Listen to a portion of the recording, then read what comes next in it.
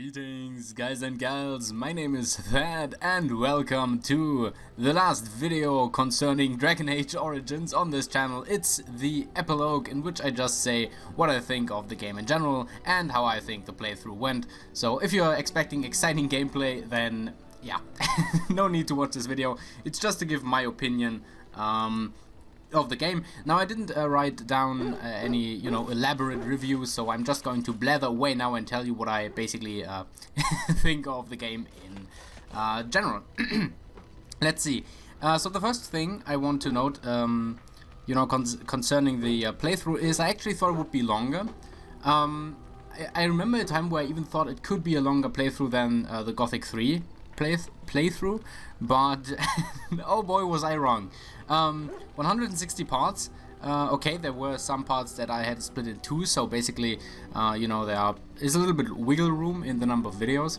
But the Gothic 3 playthrough had like, I think, 225, so that is 65 more parts to it, which is a lot. I did not expect that. Which is not to say I didn't. Yeah, I guess you could say I didn't expect the game to be so short. But is it a really short game? No. I think it just falls a little short to Gothic 3 because Gothic 3 has, of course, way more quests and stuff. So yeah. Anyway, so concerning the quests of this game, there are a lot of side quests here, basically. I think if you only complete the main quests, as far as it's possible, because I don't know if you even have equipment that's good enough when you never complete any of the side quests.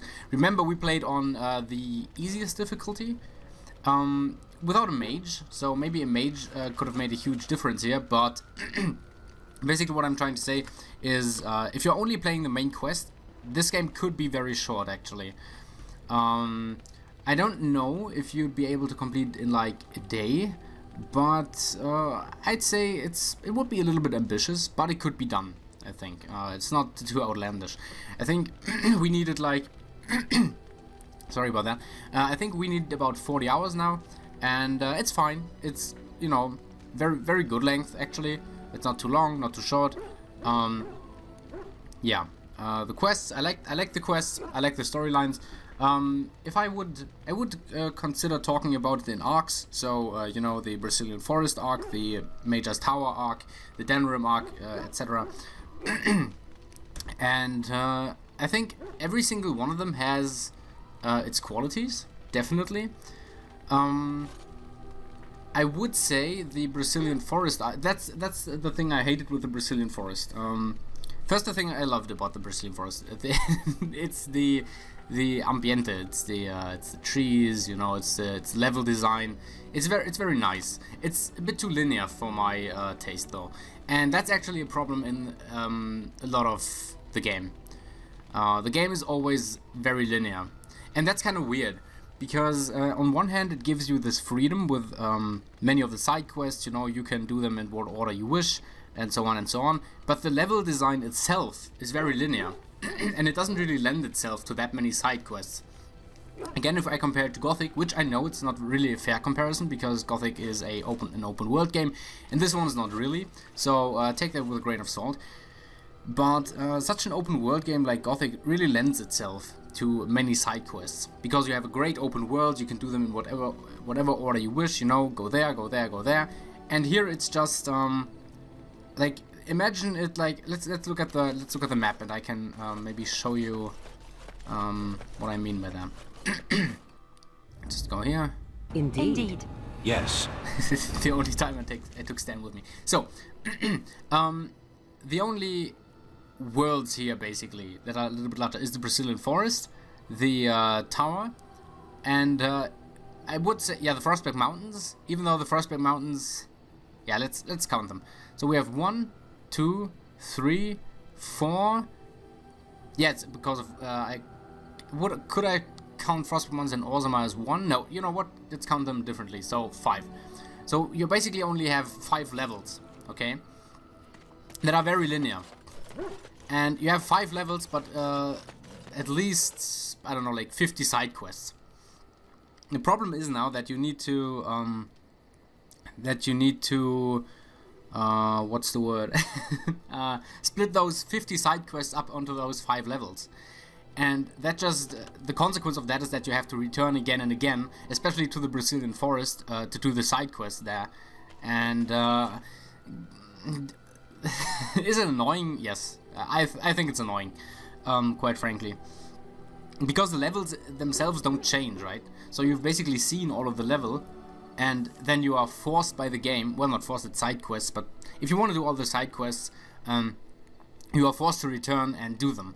And I don't like that very much, especially, I can only say it again and again, with the Brazilian forest, because that's just such a glaring example of that, right?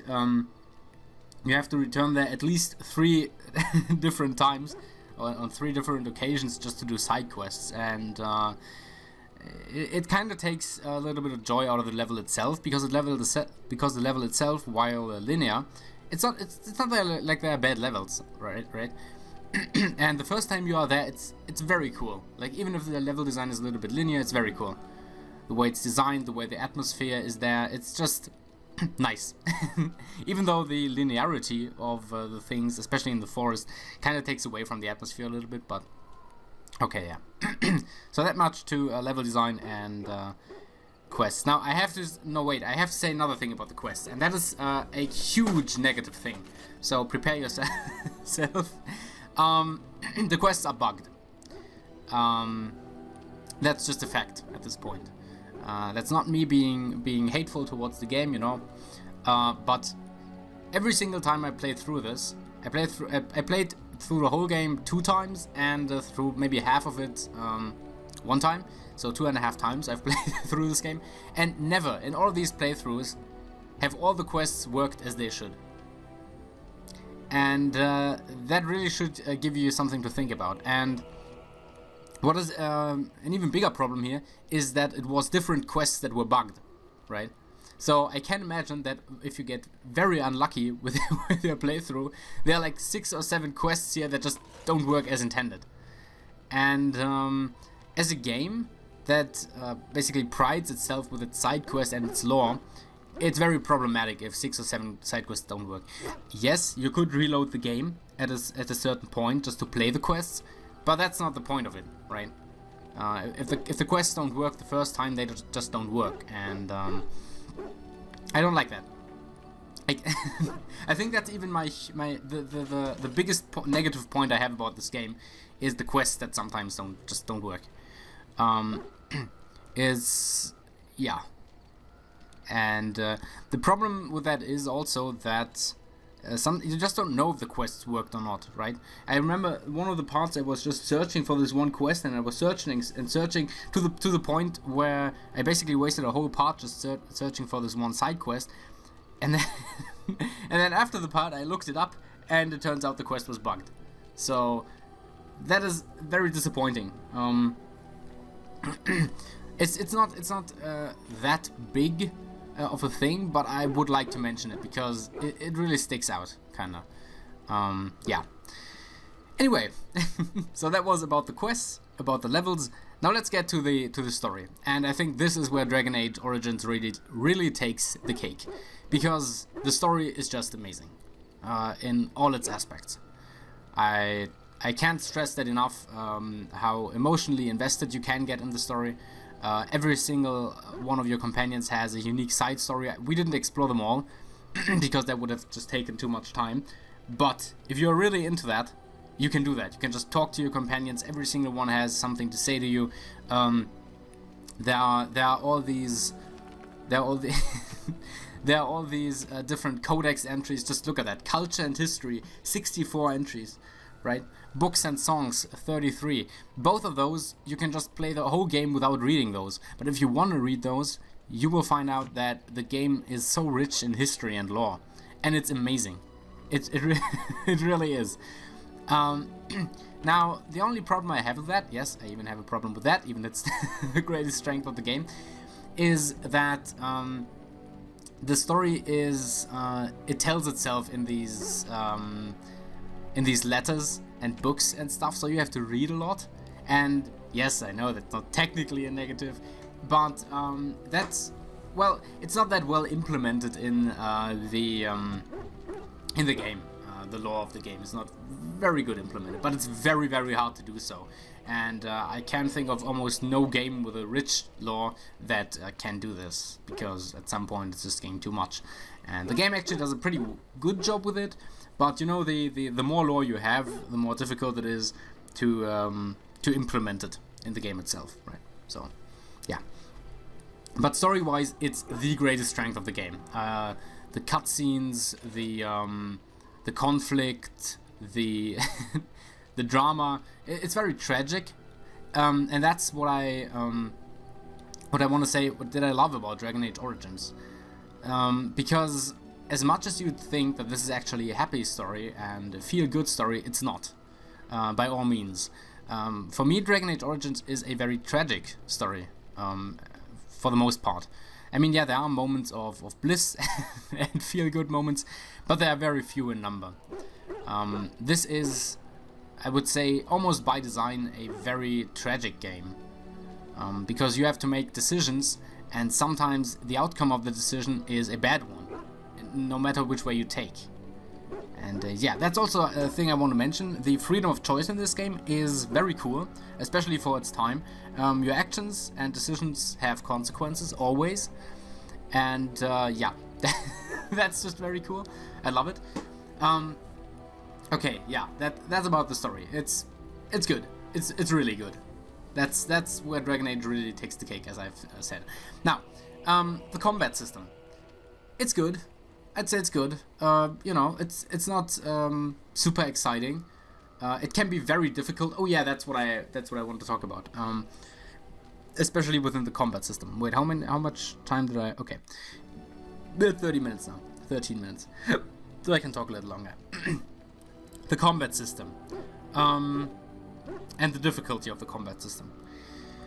Whew.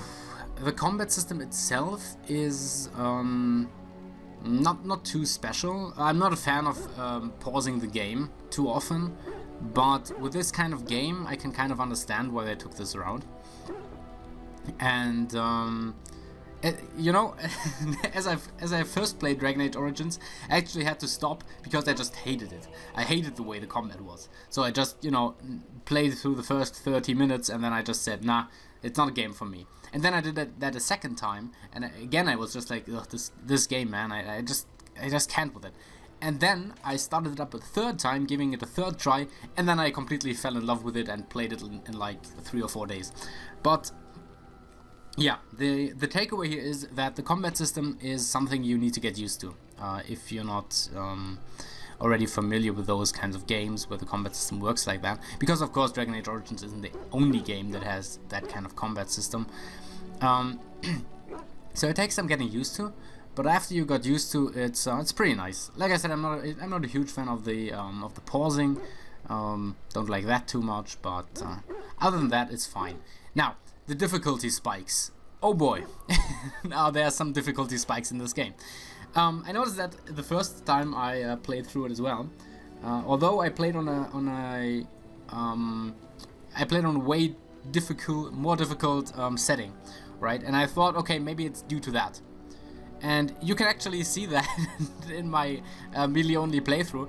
Because how many times before a fight did I say, oh man, this is going to be a tough fight, this is going to be a tough fight. I failed so many times last time. I didn't get it last time. It was so difficult. I had to try 4, 5, 6, 7, 8 times to get it.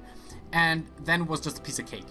And then there were other times where I did not expect it to be this difficult, and then it just got enormously difficult out of nowhere. And now there's a reason for that, don't get me wrong, I will get to that. But the difficulty spikes here are glaring. Oh my god. Like, this game can go from 0 to 100 in like just a couple of seconds. Like, if you're not careful, you can easily slay a boss, right? And then the next time in a random encounter you just get completely annihilated because you didn't pay attention. So, I would say every single fight here, or at least most of the fights here, need to be taken very seriously. Because as soon as you don't pay attention, you're going to get cut. You're going to get cut down. You're going to lose. And is that a good thing? I don't think so. because, well, difficulty spikes are not really fun, right? But, and that's a big but, there's a reason for that, and the reason comes down to tactics. You have to approach all of the difficult fights in this game with a tactic in mind. You gotta know what you want to do. You gotta know where you need to position your guys. You gotta know, okay, this one is a ranged, this one is a mage, this one I need to attack first, this one I need to attack last. So it has a natural flow to it, and there's a lot of strategic thinking involved in the combat. And some people may not like it. I personally like it, but what I don't like is what I've said. It can make the game difficult to play if you are not completely involved in it, right, or invested in it. Right? Let's say you had a hard day, you know, you're coming home from work or something like that, or from school, or what do I know, and then you sit down and you just want to play a game. Now let's compare to Gothic 3. You can just play it, you know, stroll a little around the woods, kill a few a few boars, a few bloodflies, I don't know. But then there's Dragon Age Origins. You cannot play this game on the side. You have to be invested in that. Not only in the combat, but also in the story. It's a game that really that can really be demanding on you. So it's not the best game if you just want to play something, but it's a very good game if you want to, you know, experience something. It's an experience, this game. Okay, I've been talking for 17 minutes now, and let's come to my conclusion. I just want to say that last thing I want to mention is the soundtrack. The soundtrack, I talked about it before.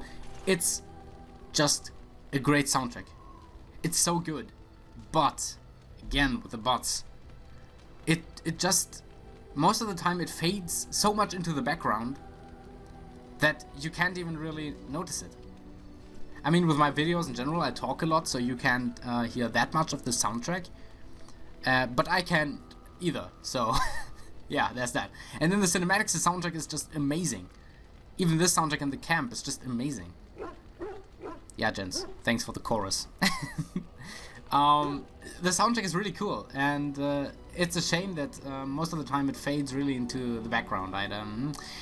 But maybe it's just me. Maybe for you it's one of the best parts of the game and you hear it all the time, and that's completely fine, you know? I think the soundtrack is very cool, but yeah.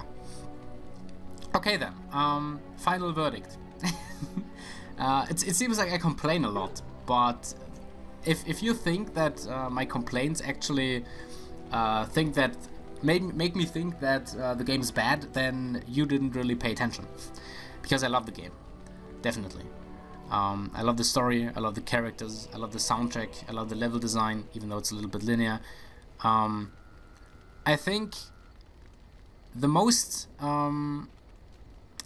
the worst parts of the game are these difficulty spikes, and is the fact that you can't just play it on the side. You have to be invested, and that's not a bad thing at all. Not a bad thing at all.